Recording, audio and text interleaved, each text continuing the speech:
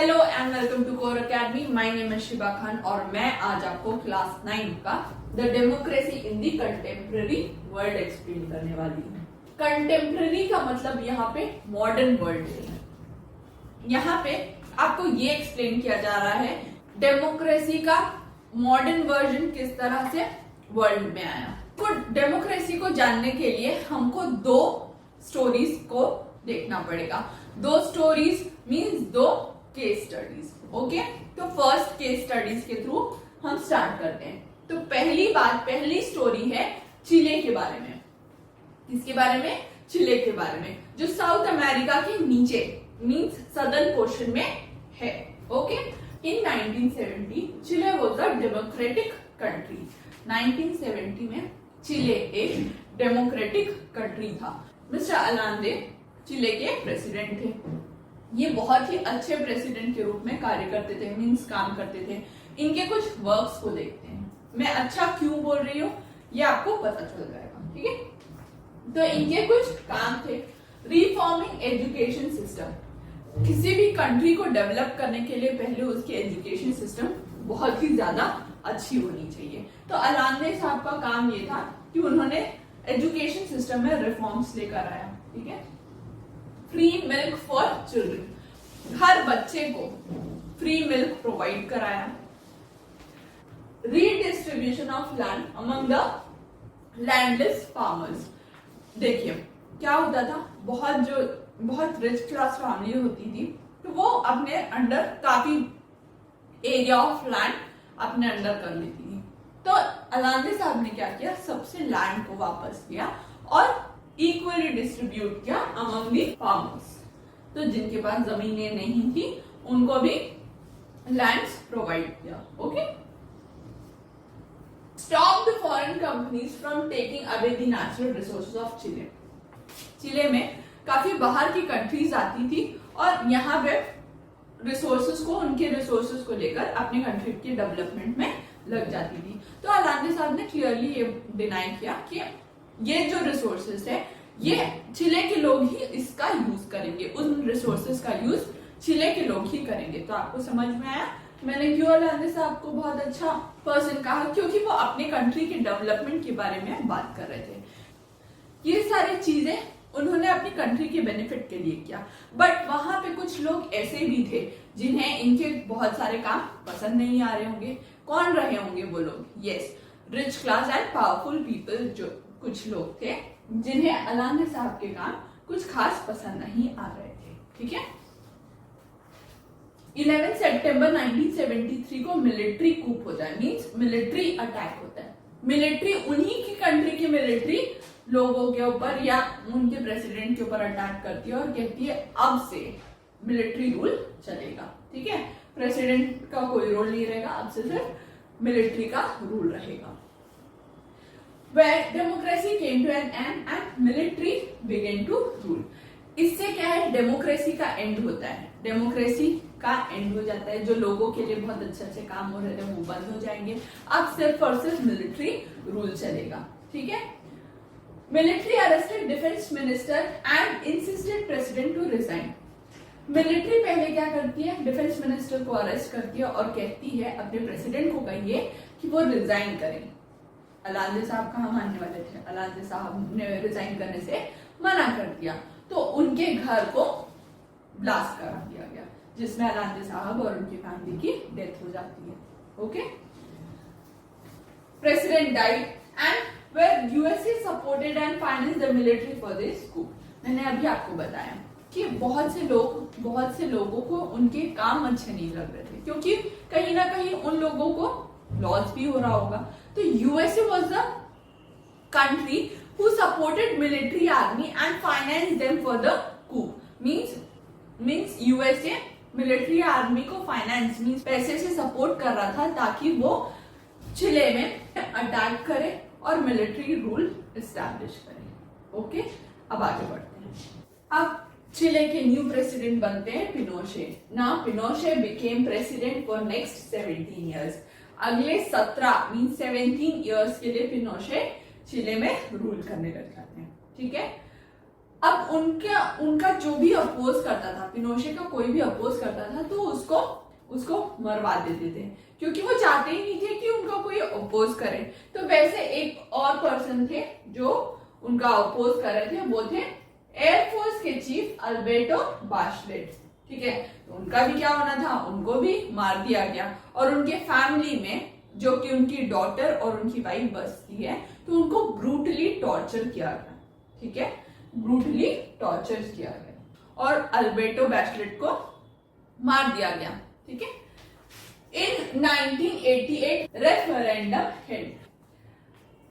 अब क्या होता है, पिनोशे सोचते हैं 17-18 सालों में तो इन लोगों को मेरी आदत हो गई होगी और मैं काम भी बहुत अच्छा कर रहा था, तो क्यों ना हम एक काम करते हैं, हम ना इलेक्शन करा देते हैं। अब लोग सोचते हैं कि ये तो बहुत अच्छा मौका है डेमोक्रेसी को वापस से रिस्टोर करने का, तो ऐसे डेमोक्रेसी वापस से आ जाती है और मिलिट्री रूल खत्म हो जाता है। ठीक है, where Pinochet loses and democracy was restored। इस तरह से डेमोक्रेसी को रिस्टोर किया जाता है। In 2006 Michelle Bachelet became president of Chile। 2006 की बात बता रहे हैं। मिशेल बैचलेट वहां की चिले की प्रेसिडेंट बनती है। अब याद करिए मिशेल बैचलेट कौन थी? यस, अल्बर्टो बैचलेट की बेटी, जिन्हें ब्रूटली टॉर्चर किया गया था, वो चिले की प्रेसिडेंट बनती है। तो इस तरह से हमको ये देखने को मिला कि डेमोक्रेसी कितना जरूरी है। आपके ऊपर कोई प्रेशराइज करके काम करे तो वो तो चलेगा नहीं, इसलिए democracy is an important for any country. तो इस तरह से हम सेकंड स्टोरी या सेकंड केस भी पढ़ते हैं। आइए पढ़ते हैं। अब हम पढ़ेंगे second case, means second topics, या आप कह लीजिए सेकंड कंट्री के बारे में, जो कि पोलैंड है। तो पोलैंड के बारे में आइए पढ़ते हैं। Ruled by communist party. Poland was a country who was ruled by a communist party. Communist party means वो, जैसे चाइना में अभी कम्युनिस्ट पार्टी का रूल है। ठीक है, एक पार्टी रहती है जो कि पूरे कंट्री को रूल करती है। ठीक है, पोलिश यूनाइटेड वर्कर पार्टी इस कम्युनिस्ट पार्टी का नाम होता था। क्या था? Poland United worker party. None other party was in existence. इसके अलावा कोई भी दूसरी पार्टी ना तो ये बनने देते थे और ना ही अलाउड था। जो भी पार्टी या जो भी लोग इनके ऑपोजिशन में आते थे, उनको जाहिर सी बात है ये मार देते थे। ठीक है, those who stood against them would be punished। उनको पनिश्ड किया जाता था और मार दिया जाता था। ठीक है, all high classes business were under the control of government। ये गवर्नमेंट थी और इनके अंडर सारे हाई क्लासेस बिजनेस आते थे। ठीक है, उनमें से एक था Linnean shipyard. Once in Linnean shipyard a woman was working there। Linnean shipyard में काफी विमेन थी, लेकिन एक विमेन के बारे में बताया गया है जिसके लिए जस्टिस मांगी थी। ठीक है, तो एक विमेन वहां जॉब करती थी, उनको फायर किया जाता विदाउट एनी नोटिस और विदाउट एनी रीजन। ठीक है, तो उस विमेन को फायर कर दिया जाता है, मीन्स अपनी जॉब से निकाल दिया जाता है बिना किसी रीजन दिए, ऑथेंटिक रीजन दिए, है ना। Then the workers of that shipyard went on strike against the government। जैसे ही उस वुमेन को शिपयार्ड से निकाला जाता है, तो वहां के जो लोग हैं, वहां के जो वर्कर्स थे, वो स्ट्राइक पे आ जाते हैं। उस दौरान पोलैंड में स्ट्राइक करना वाज एन इलीगल फॉर्म। ठीक है, तो इलीगल था, लेकिन तभी भी उन्होंने स्ट्राइक किया। According to the government strike was illegal at that time. ठीक है, तो लिचवेल से ज्वाइन द स्ट्राइक। लिचवेल से ज्वाइन करते हैं इस स्ट्राइक को। लिचवेल से कौन थे? ये एक ऐसे पर्सन थे, गवर्नमेंट के अंडर ही काम करते थे, बट उन्हें निकाल दिया गया just because he wanted his salary to be increase. सिर्फ इसलिए क्योंकि वो अपनी सैलरी में इंक्रीमेंट चाहते थे। ठीक है, तो ये थी बातें। ही was a person who lost his job only because he asked government to increase his salary। आगे बढ़ते हैं। When Lichveldsey joined the strike became popular and the whole country became a part। जैसे ही रिच वेल्फेयर ज्वाइन करते हैं इस strike को, तो ये और भी पॉपुलर होता है और लोगों के और पूरी कंट्री के लोग इस स्ट्राइक को ज्वाइन करने के लिए आ जाते हैं। ठीक है, now workers increase their demands. धीरे धीरे पूरी कंट्री तो आ गई है अपोज करने के लिए, ठीक है, गवर्नमेंट का। तो अब क्या करते हैं, वर्कर्स अपने डिमांड्स को बढ़ाते हैं, जैसे कि स्ट्राइक को लीगल किया जाए, है ना, और सेंसरशिप को हटाया जाए, है ना। ये सारी बातें कुछ वर्कर्स की थी। देखिए, गवर्नमेंट एक को मार सकता है, 2 को मार सकता है, 10 को मार सकता है, लेकिन पूरी कंट्री को तो नहीं मार सकता ना। इसलिए थक हार के गवर्नमेंट मान जाती है कि चलो ठीक है, इनकी डिमांड्स को अग्री कर देते हैं। ठीक है, अब जैसे डिमांड को अग्री किए, तो इसमें एक बात ये भी थी, वर्कर्स की एक बात ये भी थी कि वो एक ऑर्गेनाइजेशन बनाना चाहते थे। ठीक है, तो उन्होंने बनाया solidarity trade union. Solidarity trade union, trade union और कुछ नहीं, व्यापार का संघ। मीन्स जैसे आपके पेरेंट्स, आपके पापा किसी बिजनेस में होंगे, तो जहां पे उनकी बैठक होगी, मीन्स जहां पे वो लोग एक साथ मिलते होंगे, बिजनेस के बारे में बात करते होंगे, उसको एक ट्रेड यूनियन कहा जाता है। ठीक है, तो उसी तरह का यूनियन ट्रेड यूनियन है। ठीक है, तो solidarity trade union came to an existence. Within 1 year solidarity trade union के पास मेंबर्स हो जाते हैं 1 करोड़ से भी ज्यादा। अब गवर्नमेंट परेशान कि सॉलिडारिटी ट्रेड यूनियन के पास 1 करोड़ से ज्यादा मेंबर्स होना तो गलत है ना। अब गवर्नमेंट क्या करती है, मार्शल रूल अप्लाई कर देती है। मार्शल रूल में क्या होता है, जो नॉर्मल पीपल के जो राइट्स हैं वो उनसे ले लिया जाता है। ठीक है, उनसे हर तरीके के अधिकार छीन लिए जाते हैं। ठीक है, अब वहां पे, अब उस कंट्री में, मीन्स पोलैंड में रूल किसका था, मार्शल लॉ। समझ में आई बात। मिलिट्री कंट्रोल एवरीवेयर, हर जगह पे मिलिट्री कंट्रोल था। To oppose this they strike all over the world. Military control को एंड करने के लिए, मीन्स वो चाहते थे, लोग चाहते थे कि हमारे कंट्री में मिलिट्री रूल लगे ही ना, तो इसलिए पूरे कंट्री में, देश भर में स्ट्राइक कर दिया जाता है। ठीक है, अब स्ट्राइक तो पूरे देश में हो जाता है। थक हार के इलेक्शन कराया जाता है, जिसमें कम्युनिस्ट पार्टी जो थी वो हार जाती है। ठीक है, now election were held where 99 seats were of solidarity trade union.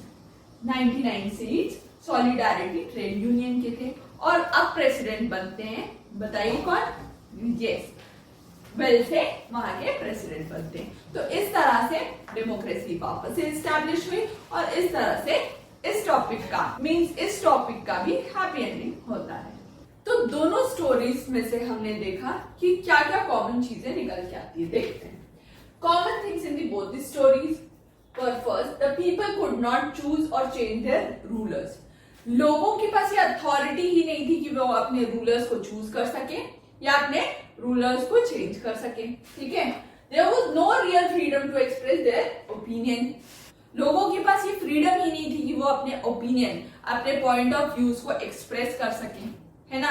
उनके पास ये भी राइट नहीं था कि वो स्ट्राइक कर सके, अपनी एक अलग पार्टी फॉर्म कर सके, ये कुछ चीजें थी। तो बेसिकली डेमोक्रेसी में क्या होना चाहिए, डेमोक्रेसी में यस ये सारी बातें होनी चाहिए, जहां पे हमको अपना रूलर चूज करने की आजादी हो, हमको अपनी बातें रखने की आजादी हो, हम चाहे तो कोई भी ऑर्गेनाइजेशन फॉर्म कर सके। ठीक है, तो वो होती है डेमोक्रेसी।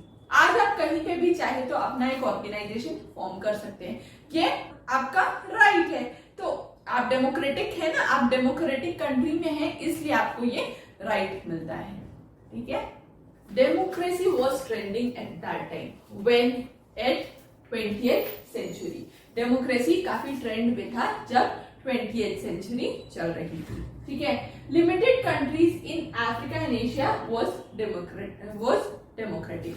काफी वर्ल्ड के काफी कंट्रीज में डेमोक्रेसी को अपना लिया था, लेकिन अभी भी अफ्रीका और एशिया के कुछ हिस्सों में डेमोक्रेसी नहीं आई थी। आप सब जानते ही हैं, आज भी at present mostly her country में डेमोक्रेसी है। मैंने कहा मोस्टली, लेकिन अभी भी काफी कंट्रीज ऐसी है जहां पे रूलर्स रूल करते हैं और कम्युनिस्ट पार्टी रूल करती है। फॉर एन एग्जाम्पल चाइना ले लीजिए, वहां पे कम्युनिस्ट पार्टी का रूल है।